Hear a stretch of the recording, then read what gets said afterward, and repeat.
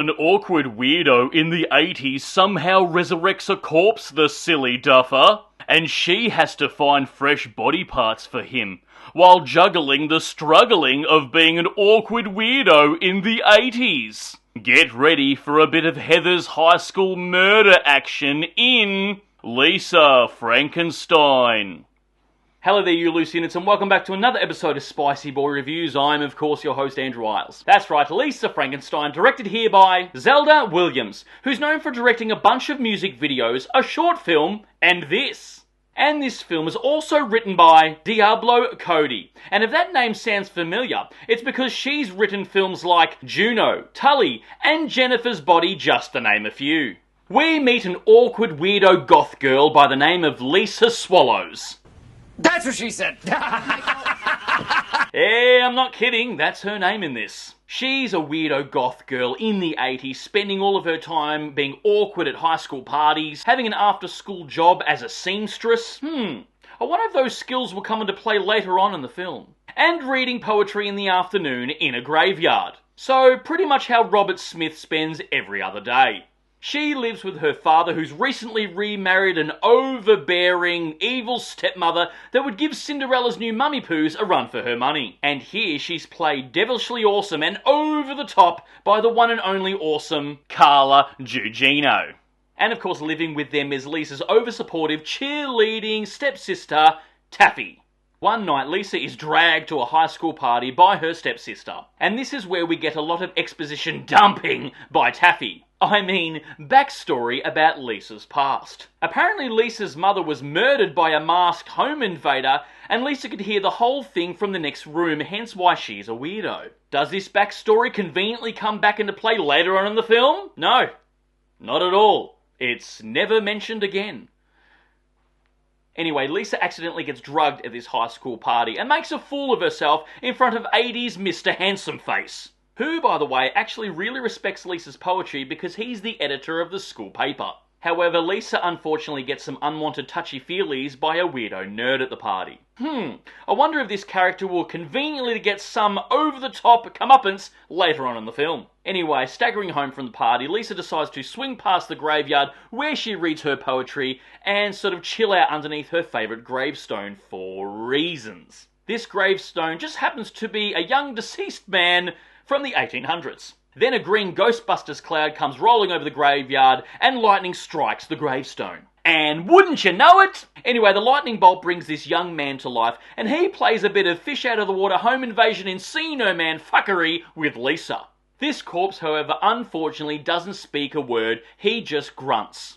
Just like real men, am I right, ladies? And like a real man in the eyes of a teenage girl, he's a real fixer-upper. And it's not long before Lisa accidentally kills her first victim. And luckily those seamstress skills come back into play here because she uses the missing body parts on Corpse Boy and sews them on him, making him new and improved. Then Lisa begins to gain more confidence in her everyday life.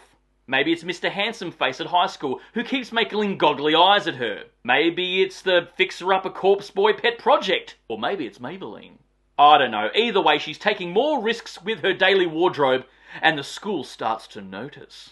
Then the bloodlust starts rising up in Lisa, and she finds more victims. The excuse being, these people deserved it, and also Corpse Boy needs these body parts. Corpse Boy starts getting new parts on his body thanks to Lisa, and he's starting to look like a real boy.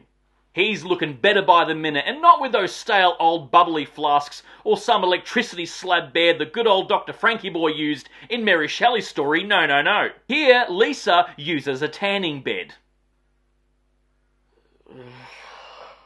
Anyway, the transformation starts to work, and Corpse Boy starts looking more handsome. And it's not long before he gains a bit of rigor mortis in his trousers for Lisa. Oh, and if Corpse Boy looks familiar, he's a grown-up version of one of the twins who play the young boy in the film Big Daddy.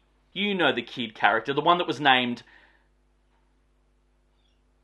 The film looks really magnificent, honestly. It's a bukkake party of pink neon lights. The music is definitely awesome too, a lot of it being remixes of 80s new romantic classics, except for one really awkward scene where Lisa attempts to sing. The dialogue is pure trash, but it's not trying to be that deep. I will say, however, the dialogue was very drawn out, and there was a lot of pauses where there didn't need to be. To be honest, the film looked like 1 hour and 40 minutes of an extended video clip. And in doing research into the director, that makes sense why. It's a simple story of a young weirdo girl at high school in the 80s who gains more confidence by murdering people with a boy. This sounds familiar. And it does beg the question of, who's this film for? I'll tell you who it's bloody for, the Wednesday Addams crowd.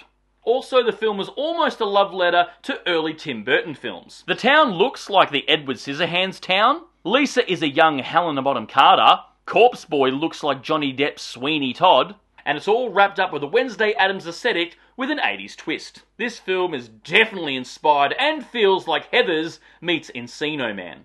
Not a terrible film by any stretch of the imagination. It's definitely not for me, or not really my cup of tea, but it's for a very particular audience. Anyway guys, that's my cheeky little review of Lisa Frankenstein. Write down below if you've seen it, what are your thoughts on it, but more importantly, what is your favourite modern retelling of a monster creature classic? And of course, if you made it this far into the episode, please give me a thumbs up because your love and support keeps me going, because I just love movies and I assume you do as well. And of course, don't forget to hit that subscribe icon because I give it an episode weekly, and I'll see you back here next week for the next review, and until then, stay spooky, kids.